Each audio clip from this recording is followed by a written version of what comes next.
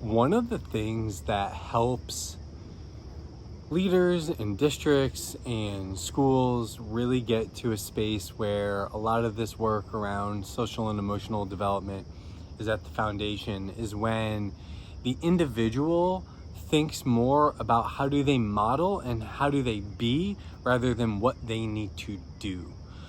What I mean by that is I was in a conversation last week and we were talking about building capacity at a district level. And oftentimes we can find ourselves, and I think all of us can relate to this, we can find ourselves stuck in the do. We need to do this. You have to do this. All the things that we either know priorities or goal-wise we have to hit, or there's so many resources and things that, hey, I just need you to do this. What happens there is we create some disconnect because it doesn't always translate to how we're showing up. It doesn't translate to us being that person, right? SEL is a lens through which you do everything. Leadership, instruction, climate and culture, relationships, self, all the things. It's a lens through which you see things. And if you aren't being those things, then it's not going to translate. It's not going to be a model of, it's more about doing it. A good example is telling students in a classroom, if you're a classroom teacher, that we really need to focus on being calm, communicating effectively, not being reactive. Instead, can we engage in each other when we might be frustrated or upset in a way that's really beneficial? The teacher then, when they're upset and they're frustrated, they're yelling or they get angry, right? That's not matching actions with words.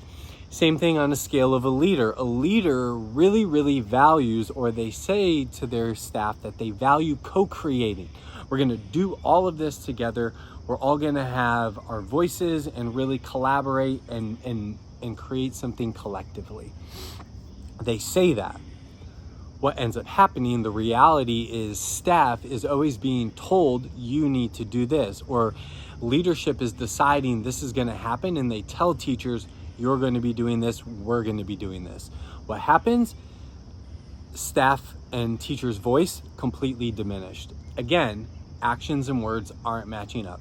If we're talking about SEL and we want to build capacity and we want to really infuse this at the foundation, we have to be a model of that work. That means everything. The way we interact with each other, the way we prioritize relationships, the way that we lead and see instruction, the way that we lead and see leadership, climate and culture, all the different pieces. We have to be able to be a model of it. And that was one of the things. And honestly, I think it's extremely empowering for people to hear that, because a lot of times when you're talking about capacity building at a state or a district or school level, there's so many factors, there's so many other people. And while you have to think about the strategy around systems and routines and processes and priorities that make SEL exist, what you have control over is modeling it.